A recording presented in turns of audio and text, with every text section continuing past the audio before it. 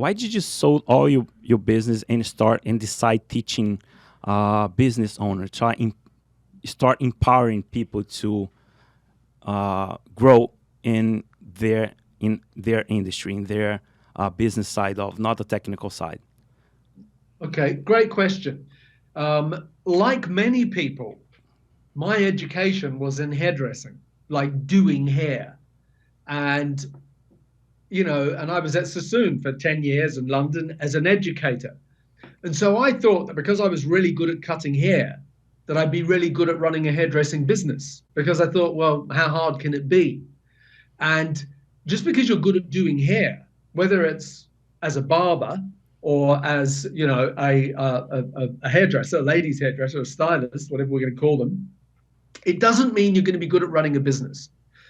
And like a lot of people, I learned that the hard way. That I opened up a salon and I'm a good hairdresser, but it's a bit like just because you're a good baker doesn't mean you're going to be good at running a bakery. Just because you're a good lawyer doesn't mean you're good at running a legal practice. They are two different skills. And of course, when I opened up my business, I was just so naive about what it took to run a business. And I think that is the journey of a lot of small business owners, not just hairdressers. And so they very quickly have to learn other skills. But what happens is that oftentimes what they do is they just do what was done where they worked before. So if I worked for you and you paid this much commission, then when I left you and opened up my own business, I just do what you did.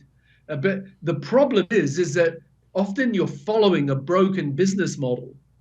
And so that was what I was doing. I was just following what other people were doing, thinking that this is how you do it. And bit by bit, I started to realize, actually, there's got to be a better way. And so, I've always been a great believer, like you had, Chico, about the value of education and that you have to keep learning. I am constantly learning, whether it's, attending courses online or face to face, or reading books, or meeting with people, having coaches, having mentors. I'm constantly learning. And so, I started learning different things to do in my business and trying them, and some of them would work and some of them wouldn't. And then what would happen is most of my business was about teaching people to do hair. And I would stand up on platform and I would be demonstrating a haircut or something, but someone in the audience would start asking me questions about business.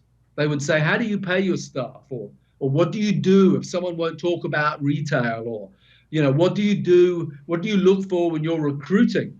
And so bit by bit, I realized that the people in this industry were just like me, that they knew how to do hair, but they didn't know how to run a business. And so it was never part of a master plan, but it gradually evolved, that I recognized that I could stand on stage and teach people to cut hair, but so could a lot of other people. And that where there was more need was to talk about business. And so I gradually sort of morphed into being a sort of a business educator. And over the years, I developed these seminars where I talk about money, and I talk about marketing, and I talk about team building, and I talk about management.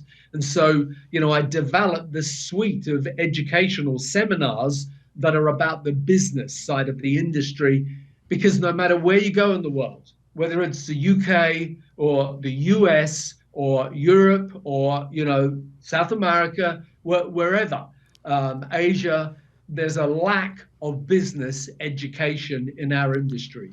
I agree. That's exactly what I'm thinking right now. And I just wanted to say that you are the best in what you do, because when you go there, you pass your message very clear. And I can see that the seminar that we went to, many people get out of the seminar with a different mindset. You helped so many business owners that day. I look at it's so impressive how can someone like you with so much experience and just help being in love to share your experience, you inspiring other people. So there's one say there's one thing you say in your book, Super Stylist. Education is the key. The more you learn, the more you earn. I Yes. love that phrase because for me, Yeah. education is also is the key Can I is the share something? success. So, Anthony, you're such a role model for us because after that seminar, everything you just said about being a good hairstylist or a good barber in our case, it doesn't mean you know how to run a business. We were making terrible mistakes and we're able to fix after your guidance, and we realized we're doing so wrong because we're just following whatever everybody else is doing. Just like you said. We were at the Mm. point where we're paying 70% commission to our staff, which is not Oof. sustainable. The business will be Mm. broke in a few months if I didn't change. So that Yeah. seminar completely changed our lives forever. And a lot of things you shared helped us not to make the same mistakes that you did.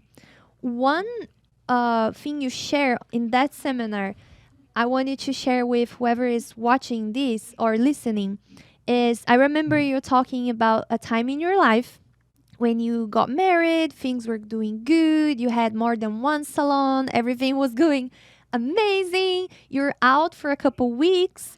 When you came back, your whole staff left. Can you share this story with our viewers? Yeah. Well, they didn't all leave. Okay, but I lost eight. Wow, Wow. almost Okay, and all. I remember. Yeah. Well, at the time I had, I think at the time I had about 30. Okay. And yes, you're dead right. I went on my honeymoon, and when I came back on the first day back, I had a procession of people come into my office and say that they were leaving one after the other.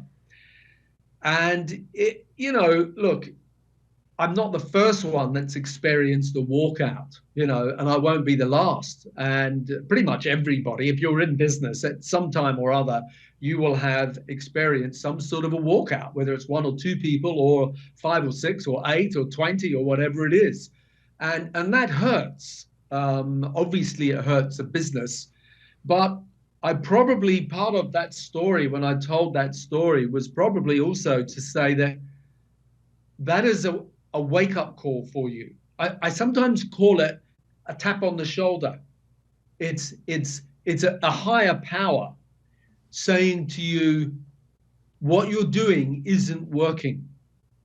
So you can get angry, you can burst into tears, you can cry, Be you can frustrated. kick a hole in the wall or whatever it is. But very quickly, what you also have to do is ask yourself this question. And the question is, what am I meant to learn from that? Because if I don't learn from it, then I will go down in a spiral. Yeah. So, what is the message that I am meant to learn from what's just happened so that if I learn that lesson, I can prevent it happening again, or at very least limit the damage when it does?